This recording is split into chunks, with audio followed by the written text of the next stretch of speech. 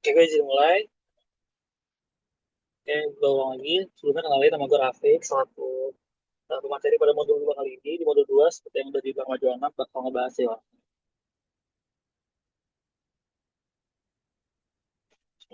Jadi sebelum kita bahas wireframe, dari yang kalian udah dapat dari modul 1, itu modul yang dapat dari Riva, jadi kan kalian mau ngebahas tentang flowchart ya. Jadi gue mungkin bakal izin kayak ngulang dikit, kayak gimana sih cara ngebaca flowchart dan gimana cara mengubah dalam bentuk flowchart itu ke dalam wireframe. Yang pertama di sini kan kalian yang langkah pertama itu adalah halaman awal ya. Di sini halaman awal bisa dilihat dari yang gua buat di sini. Ini halaman awal itu kalian punya tiga sesuai dengan konsep kita ada tiga itu pilih pemilihan kategori yaitu ada event kepanitiaan, event lomba dan juga event beasiswa. Itu yang kalian lihat dan nanti di akhir gue bakal buka Figma ini buat mungkin lebih jasa lagi. Di sini kurang lebih bakal kayak gini, kayak tampilan-tampilan wireframe yang kalian butuhin lebih sesuai project yang tadi bikin oleh Riva. Oke, apa itu wireframe? Secara definisi, wireframe adalah sebuah representasi visual yang sederhana dan terfokus pada sepuluh utama dari sebuah aplikasi atau website. Jadi di fungsi wireframe sendiri itu ada empat, yaitu pertama dapat visualisasi ide, lalu yang kedua mempermudah komunikasi dengan para software-nya dan juga mungkin para klien. Dan yang ketiga adalah menghemat waktu. Kenapa bisa menghemat waktu? Yang pertama yang dapat terjadi adalah di mana kalian bisa mengurangi kesalahan awal atau mungkin bisa mengurangi kayak apa ya, hal-hal kesalahan selama kalian pembuatan di UI ini. Yang keempat adalah bisa dapat jadi cetak biru. Oke, jadi peran wireframe bagi UX itu ada dua, dari segi UI maupun dari segi UX. Dari segi UI atau user interface, wireframe secara langsung dapat menentukan di mana elemen-elemen visual seperti tombol, gambar, dan formulir akan diletakkan. Hal ini merupakan sebuah fondasi dari antarmuka visual yang akan berinteraksi dengan pengguna. Dari segi UX-nya atau user experience, dengan memetakan alur navigasi dari interaksi, wireframe memastikan bahwa pengalaman pengguna berjalan mulus dan juga intuitif. Jika para pengguna mudah menemukan informasi atau mencetak tugas, maka WhatsApp dapat dikatakan sudah berhasil. Oke, jadi WhatsApp juga terbagi jadi tiga. Yang yang pertama adalah dari segi yang low, yang kedua yang mid, dan ketiga. Jadi WhatsApp sendiri itu ada ukurannya. Yang pertama dari segi low, low itu adalah sketsa paling awal atau paling dasar yang bagi kalian buat, yang sering kali dibuat dengan pensil, kertas, maupun kalian bisa dibilang imajinasi kalian tuh kalian tuangin di pensil atau kertas yang kalian tulis. So, kalian buat kayak imajinasi kalian dulu. Lalu midnya itu merupakan kayak lebih detail dari segi low ini. Dimana kalian dari imajinasi kalian, kalian kayak tuangin lagi dalam bentuk web. Gimana kayak kalian tuh kayak contohin lah kayak tombol-tombolnya, lalu juga kalian melihat kayak contoh-contoh dari banyak banget banyak banget kayak web-web yang kalian bisa jadiin referensi. Nah, segi yang terakhir adalah high frame-nya, yaitu di mana webcam yang paling detail, di mana ini udah bisa dibilang paling realistis lah. Kayak kalian kalau misalnya membuat web, kita kalian harus sampai yang di laki yaitu high sendiri. Itu kayak kalian udah nyesuaiin dari segi-segi tampilannya, udah mirip banget sama desain yang kalian udah expect gitu loh. Kayak kalian, contoh kalian mau bikin wireframe Gojek. Nah, itu kan berarti kalian udah nyesuaiin dari segi warnanya, kalian udah nyesuaiin dari segi urutan-urutan tombol-tombolnya, lalu juga mungkin dari segi font itu kalian udah sesuaiin semua, benar-benar kayak sesuai apa yang udah didiskusikan oleh dari segi software maupun dari segi kliennya. Dibilang ini tahap akhir lah.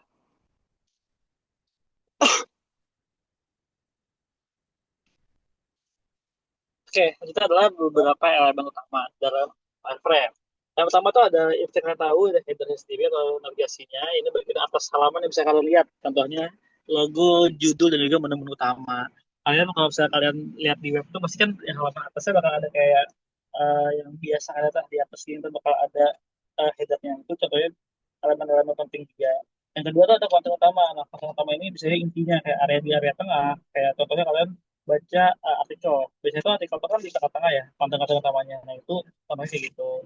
Kalau ada sidebar dan juga menu tambahan kayak di bagian samping tuh yang kayak bisa di samping samping di kiri ini, nah itu sidebarnya. Lalu ada footernya bagian bawah yang bisa kalian lihat juga di halaman-halaman web yang kalian suka lihat lah. Terakhir ada placeholder yaitu kotak atau simbol yang menunjukkan tempat penggambar. Nah, biasanya kalau kalian lihat tadi dari yang web yang tadi gue lihat yang gue liatin di yang flowchart itu kan ada kayak X ya, itu artinya itu dari gambar itu tuh kayak kalian tuh udah ngasih tahu kalau di situ bakal ada gambar. Nah, ini bisa jadi referensi referensi kalian buat WFM. Ada Balsamic, Figma, Adobe XD, Sketch, dan gitu. Biasanya, tapi yang paling sering digunakan itu dari UX, dari Extra itu, nah, kenapa Figma? Karena ya bisa dibilang itu paling populer, paling gampang digunakan juga, paling bisa dibilang kita pelajari itulah. Dan menurut gue itu paling enak banget cara penggunaannya karena itu udah mencakup semua kebutuhan kalian dari segi pembuatan UX sendiri. Oke, jadi prosesnya ini ada beberapa langkah dalam pembuatan website. Yang pertama itu adalah menentukan tujuan. Jadi kalian tahu dulu nih apa sih masalah yang paling kalian buat di produk yang kalian ingin buat itu. Kayak contohnya kayak kalian membuat itu buat apa dan buat siapa. Kalian harus tahu market kalian itu siapa.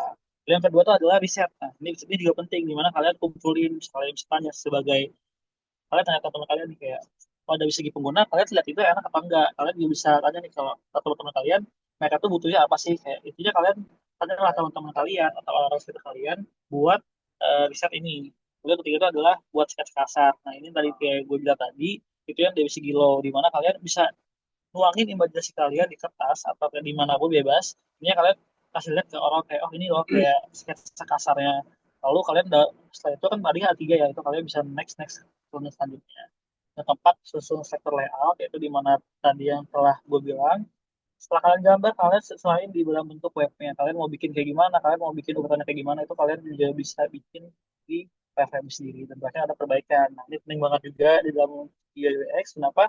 Karena feedback dari tim-tim ataupun pengguna itu kadang bisa bikin kita yang contohnya mungkin kita nggak kebayang atau mungkin kita nggak kepikiran tuh kayak oh kita benar ya kayak gini dan kalian bisa nanya ke orang-orang yang mungkin lebih pengalaman contohnya kayak orang-orang yang udah terjun lebih lama dari kalian.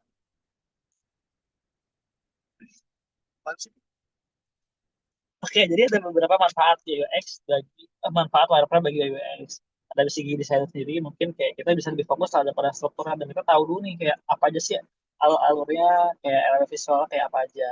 Nah, dari segi developernya itu jadi mereka tuh udah tahu dulu nih kayak oh ternyata mereka mau bikin web kayak gini. Mereka udah kayak kalian jadi kayak developer tuh udah apa ya kayak oh kayak gue berarti bikin bikin kayak gini gue udah tahu deh kode-kodenya.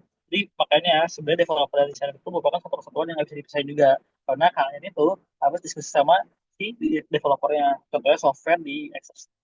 Nah, yang terakhir klien, dia juga membantu klien dalam memahami idenya dan juga mungkin bisa dilihat kayak, oh si apa ya klien ini udah ngelihat kayak website itu kayak gimana, kayak kan dia udah tahu nih kayak urutannya bakal kayak gimana, jadi kayak dia pun juga udah oh kayak gini ya, dan dia udah kebayang lah intinya. Oke, jadi ada beberapa kesalahan pembuatan WFM buat awal-awal. Yang pertama itu terlalu detail di awal. Nah, ini sering banget jadi dimana biasanya kayak kalau orang buat tuh kayak mereka langsung buat detail banget. Kayak mereka udah bikin warna, mereka udah bikin yang langsung bener-bener detail ke arah-arahnya. Ini bisa dibilang salah banget di awal. Kenapa? Karena kalian bisa dibilang kalian belum tahu nih kayak kelayannya mau kayak gimana, kayak si developernya bakal kayak gimana. Ya kalian itu bikin yang mungkin bagi kalian tuh bagus, tapi mungkin dari segi developernya itu susah kayak kalian kayak bisa kalian nyesuaikan lah sama dari segi kliennya maupun developernya. Lalu yang kedua tadi gue bilang feedback di mana platform ini nggak bukan satu hal yang satu arah tapi kalian juga butuh pengguna-pengguna kayak contoh bagi kan bagus tapi mungkin bagi pengguna itu hal yang nggak bagus atau mungkin bagi mereka nggak enak lah buat dilihat. Nah itu juga penting banget apa feedback bisa mempengaruhi dalam segi website itu sendiri. Dan terakhir yaitu melompat di mana kayak yang gue bilang tadi ketika kalian langsung ke tahap akhir ataupun ke mid ataupun ke akhir tadi. Oke, ya mungkin dari gue itu aja. Kalau dari oke, dari gue mau ini ya, mau ngasih tunjuk dari segi flowchart-nya Riva, area sih.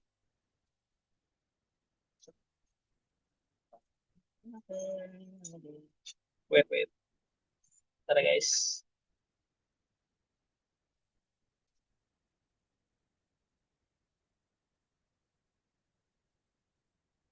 Bentar ya, guys. Gitu, ini dia. Hmm.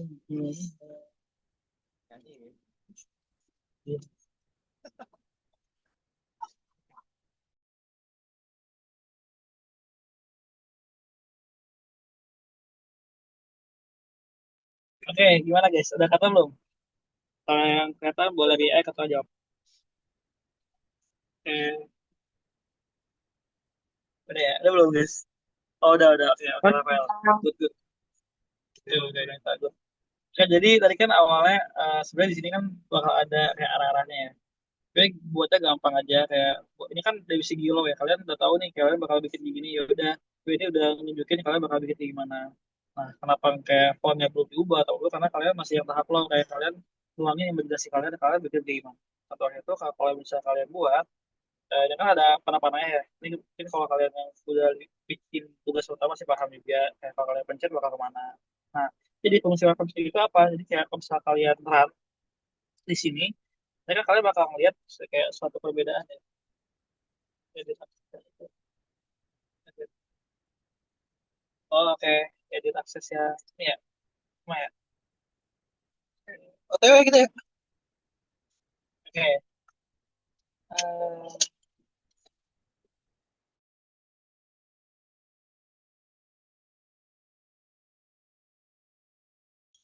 ya di situ kalian bakal arahnya bakal kemana aja. Dan kalau misalnya kalian arah di sini, kalian bakal tahu nih kayak gimana bentukannya. Pokoknya kan kalau gue share ulang jadi.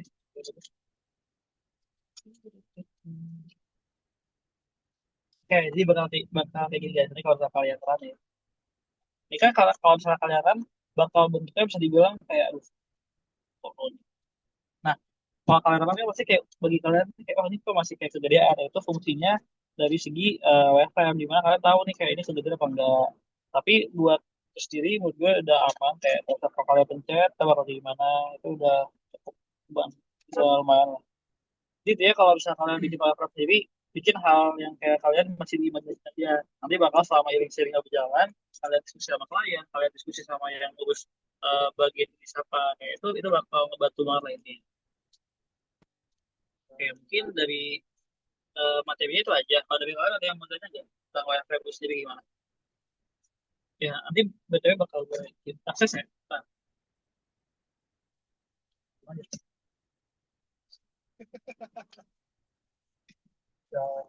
Hah? Itu ini. Buat teman-teman yang lain kalau ada yang bingung boleh tanya atau gimana bebas. Apa? Udah.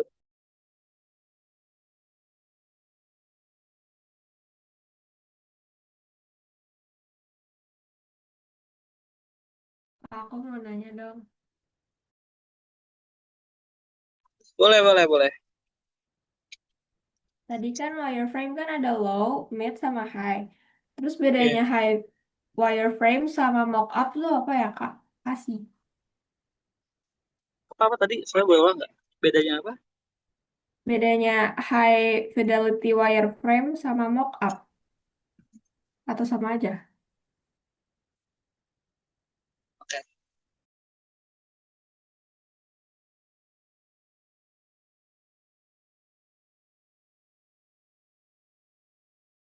Oke, jadi bedanya itu kan kalau saya itu kayak bisa dibilang kalian itu kan ada mockup sama si ini ya sama yang kayak kita. Kalau mockup itu bisa dibilang contoh apa yang mau kalian kasih ke klien bisa dibilang kayak itu belum fix banget sedangkan kalau yang high itu udah dari beberapa revisi kayak kalian udah bisa dibilang itu udah tahap yang fix banget lah di frame itu sendiri ya. Sedangkan kalau mockup itu kalian masih bisa dibilang tahap awal yang kayak buat awal sih itu kayak kalian mau ngasih contoh ke si kliennya gitu aman nggak?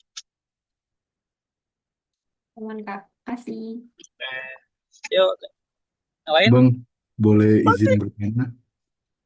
Boleh boleh boleh. Oke, perkenalkan saya Rafael dari Syatari. Mau nanya Bang, ini kalau kita mau bikin wireframe itu ada syarat-syarat terpaku nggak? Kan tadi kayak di PPT-nya itu ada kayak placeholder, biasanya kotak abu-abu ada X-nya gitu. Misalnya, aduh saya Oke. males placeholder ini, terus saya ganti sendiri itu boleh nggak Bang? Jadi terserah-serah kita. Oke, jadi sebenarnya oke gue sih jawab. Jadi saya kalau buat syarat-syarat kayak yang wajib itu mungkin syarat putus nggak ada, tapi bisa dibilang itu ngebantu si developer atau mungkin itu bisa ngebantu dari segi kliennya. Kenapa? Karena kan contoh kayak kalian bikin X di foto itu kan bisa dibilang ya kalau orang yang mungkin udah biasa ngajarin pasti tahu tuh kayak Excel artinya buat foto. Saya bilang itu mungkin lebih memudahkan komunikasi juga. Jadi kalau dibilang syarat wajib tuh enggak, tapi kalau misalnya itu ngebantu itu ngebantu banget karena memudah kayak mengubah komunikasi kayak antara diskusi bagi kalian developer maupun si kliennya. Tapi kalau misalnya kalian mungkin udah kayak yang kalian suruh atau mungkin klien kalian itu adalah teman kalian dan kalian mungkin malas, ya nggak apa-apa sih kalau kalian mau menulis kayak apa kayak kalian mau nambahin gambar, nah kalian bisa tulis kayak gambar. Tapi kalau misalnya klien dari luar atau mungkin dari eksternal, bisa mungkin kalian dia juga sebagai profesional di mana kalian sesuaiin sama yang seharusnya gitu sih. Oke. Aman nggak? Terima, aman, Bang. Terima kasih, Bang. Aman. Oke. Yang lain gimana guys? Aman nggak?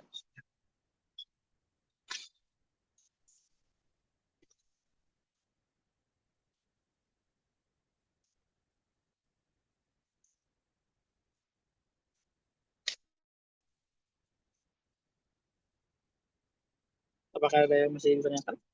Gue kirim.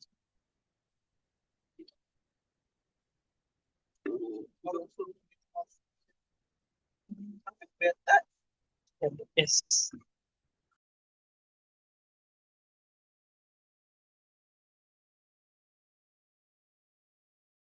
Oke. Tapi kalian mau nyoba bikin atau bikin gua live streaming gitu guys? Kayak mereka nyoba aja kali ya. Kalian mau nyoba bikin live nggak guys? Jadi gua kirim linknya nih. Kalau mau, kita tuh kalau kalian mau.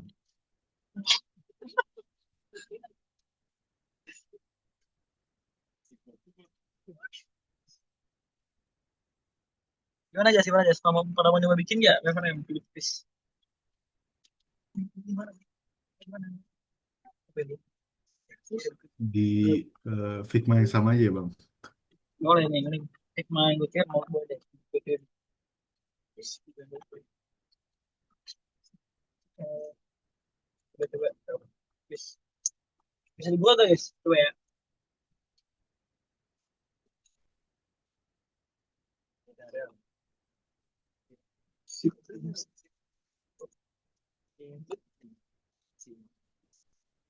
Coba deh guys. Gue share ini. Eh, bisa masuk ya.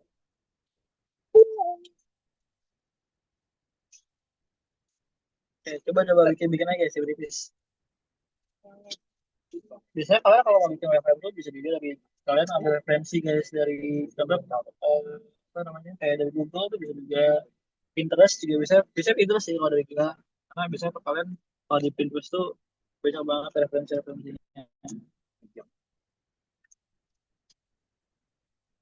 Bisa nggak ini bisa di ini nggak bisa diedit ya? Apa nggak?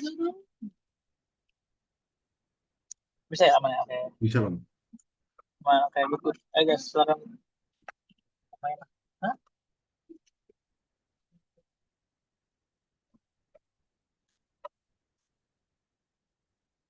Terus.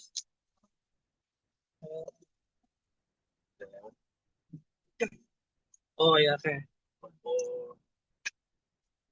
Ya, jadi mungkin nih kalau saya kalian udah kedua itu kalian bakal nyontohin contoh kayak apa ya? Contoh kayak nyambung di tombol-tombolnya. Pertama itu kalian first step-nya kalian tahu dulu nih kan oh ya BTW kalau kalian bikin tombol nih guys sebenarnya kalian udah bikin jadi grup gitu ya. Jadi biar gampang lah. Jadi dia kalau kalian mau contoh kalian mau connecting ke desktop nih kalian di prototype atau enggak saya bisa langsung juga kalian mau pesen kemana tuh nanti bakal ada tanda plus di sini buat kalian bisa arahin kemana gitu atau nggak bisa kalian juga kirim kayak gini. Kalau misalnya kalian mau ini kalian bisa pilih yang interaksinya terus kalian pilih mau kemana guys ikut apa atau kayak beasiswa atau keluarga jadi cara-caranya jadi cara kalian apa namanya kayak ngurutin apa sih bilang apa ya next apa sih next page itu bisa dicelat kayak gini guys gitu ya. Dan dari teman-teman yang lain ada yang masih bingung nggak atau mungkin sama semua?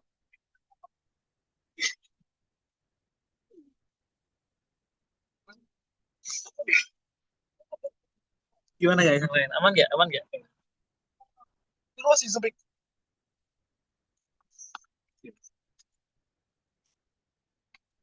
Aman ya kak, aman ya di Ines.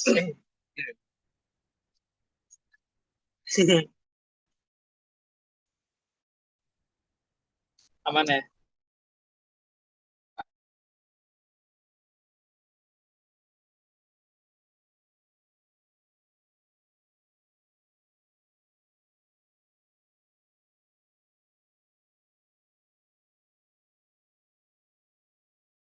Oke. Kalau yang lain berarti kalau ada aman boleh satu guys, sangat gue itu aja. Maaf kalau gue ada kesalahan atau mungkin ada gangguan-gangguan eksternal yang tanpa disengaja.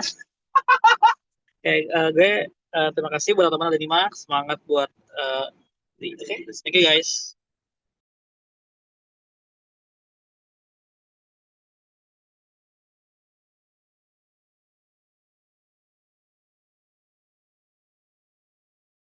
Oh iya, jadi Kahoot. oke guys, jadi setelah ini kan bakal ada Kahoot.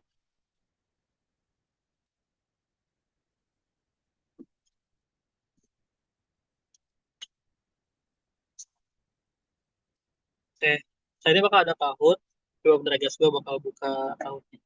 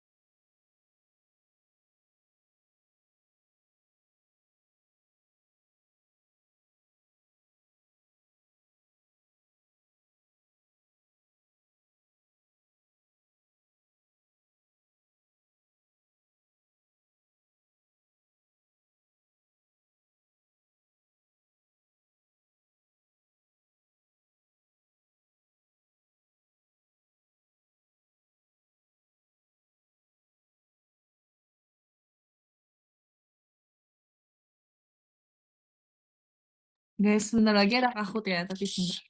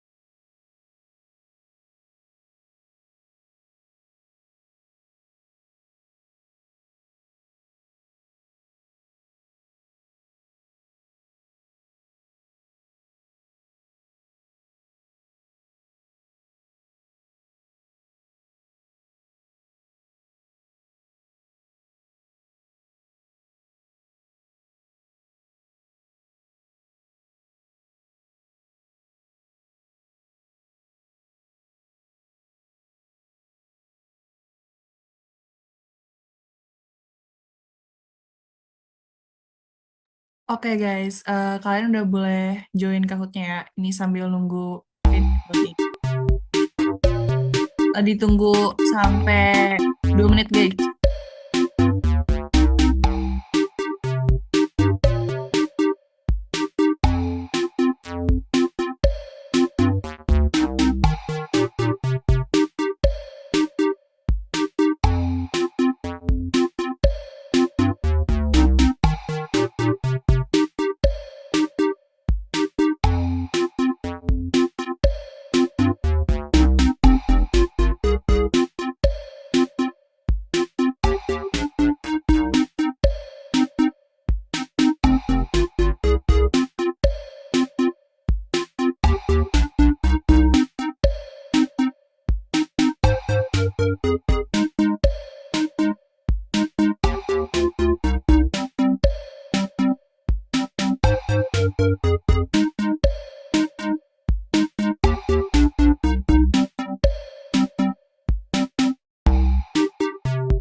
masih ada yang mau join nggak guys? Udah 133 nih.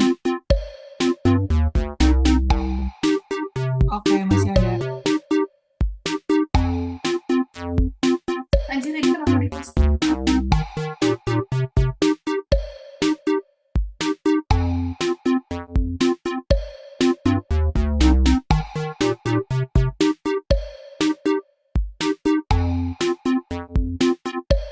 Masih ada yang mau join nggak guys? Makasih Mas Hanta, ini kenapa untuk job Kak? Kenapa tadi nggak kedengeran, maaf? Tadi ini untuk join apa ya Kak? Tadi aku asalnya Jujur suara lu nggak kedengeran, boleh chat aja nggak?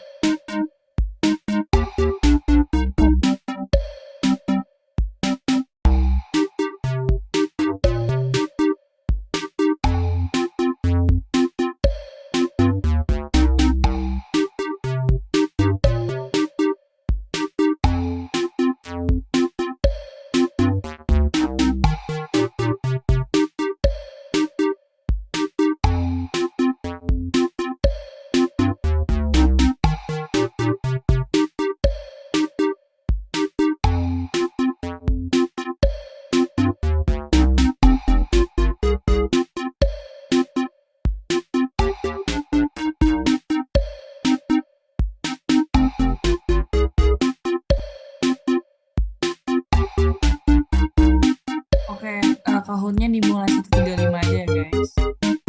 Sambil nunggu lain.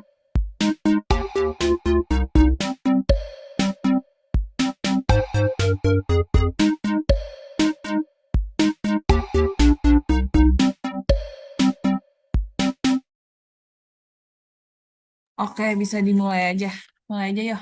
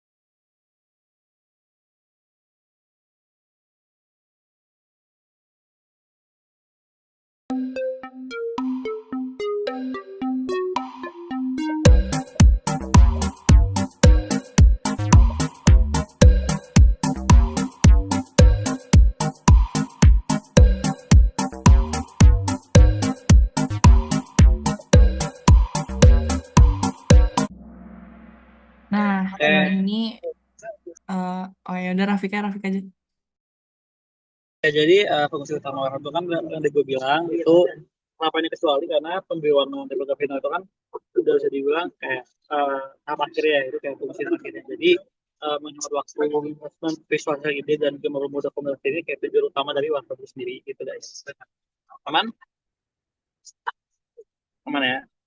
Oke, boleh next yuk.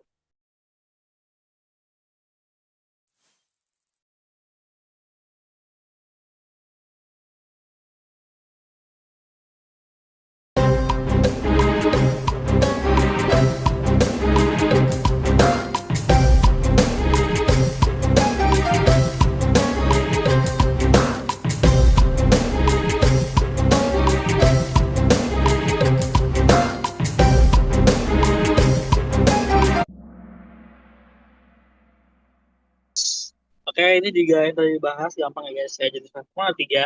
Itu ada yang low, ada yang mid, sama yang terakhir ada yang high. Karena ini quality style, berarti bisa dibilang yang mirip desain sama paling mirip sama desain akhir yaitu bagian-bagian yang aman ya. Oke, next Ju.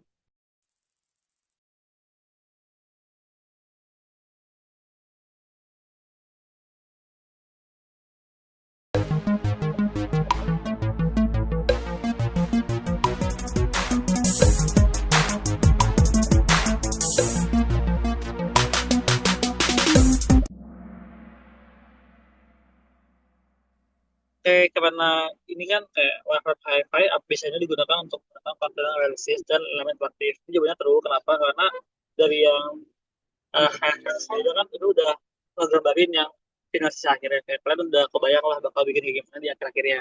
Makanya saya juga ini udah pakai konten-konten analisis dan juga elemen-elemen yang udah sampai tahap akhir kayak pewarnaan, dari segi animasinya dan lain-lainnya. Jadi jawabannya true.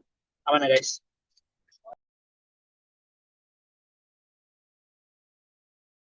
Boleh next yuk.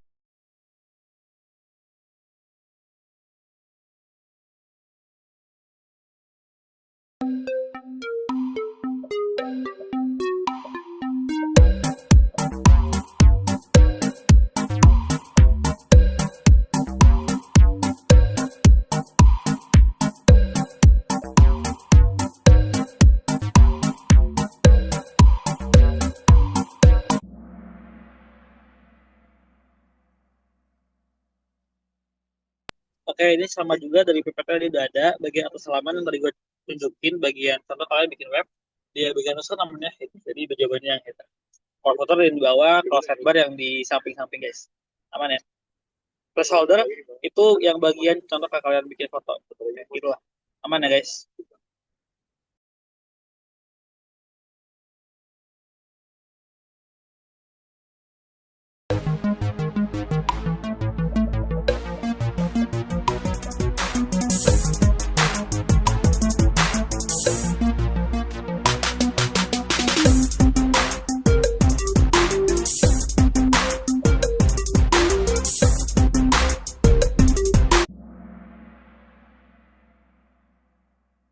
Oke, jadi ini tadi udah contohin juga. Bahasa Figma Adobe itu kan udah merupakan kayak contoh tools yang bisa kalian pakai buat bikin website. Nah, kalau Microsoft Word, ya kalian tahu itu buat pengetikan ya guys. Kayak bukan jawabannya. Oke, aman? Aman. Next dulu.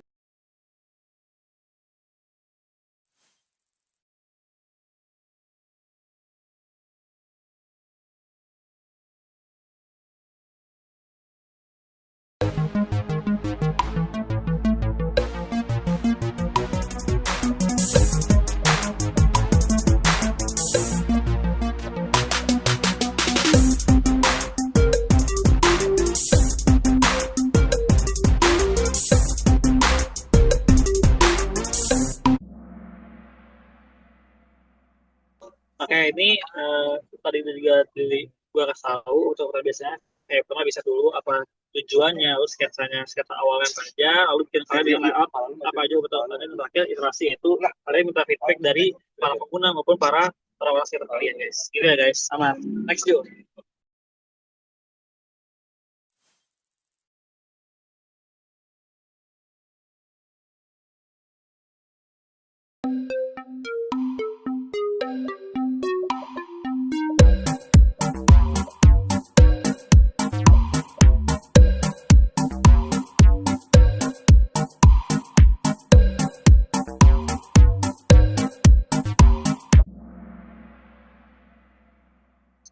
Oke, jadi manfaat wireframe bagi developer tadi gue bilang pertama, tadi kayak kalian tuh kalau misalnya kalian tuh diskusi sama dari segi softwarenya, kalian tahu nih kayak software bakal bikin apa, kalian jadi kayak software udah bayang apa aja kode-kode atau mungkin kayak apa aja yang bakal kita lakuin gitu guys.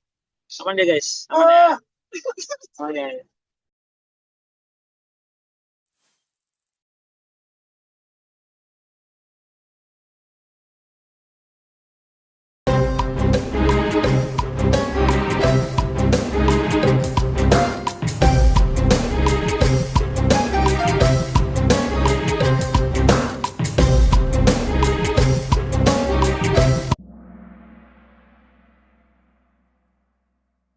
Oke, jadi satu utama yang paling penting itu misalnya terlalu di awal di mana yang tadi gue bilang seharusnya kalian bikin kayak low dulu kayak kalian apa aja sih imajinasinya kayak apa aja sih yang bakal kalian bikin.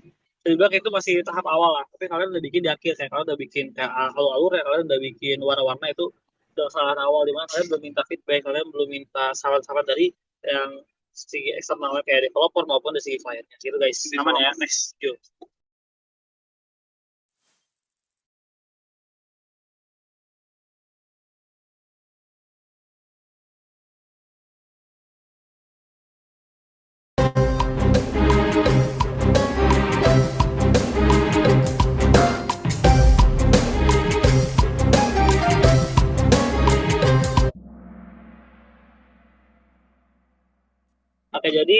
ini jawabannya terlalu kenapa? Karena yang tadi gue bilang, kalau misalnya kalian di awal udah bikin yang kayak high, udah bikin yang terakhir banget, itu bisa bikin revisi besar. Kenapa?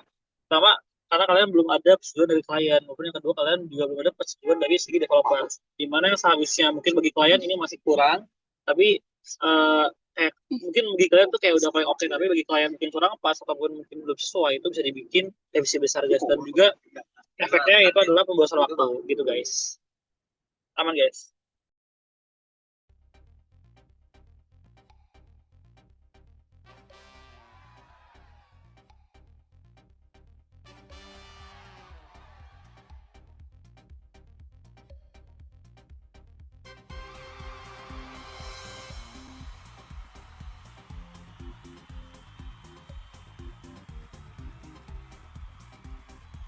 Oke, selamat Azra, Rais, dan Rafael udah masuk podium. Oke, karena sekarang kita udah selesai untuk sesi belajar hari ini dan Kahootnya juga udah. Sebelum sesi penutupan, kita dokum dulu yuk guys. Yang bisa on cam ya.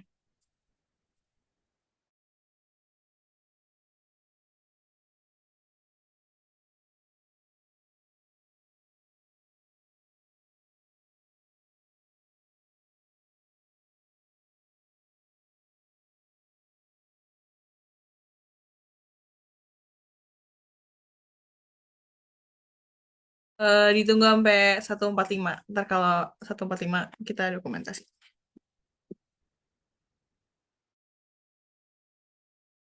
Oke, karena udah 145 dan udah pada on cam juga, kita dokum sekarang ya guys. 1, 2, 3.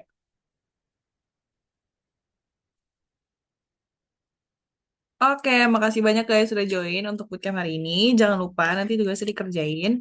Dan kalau misalnya kalian ada bingung mau nanya apa-apa, tanya ke mentor kalian aja ya guys. Makasih udah boleh list semuanya.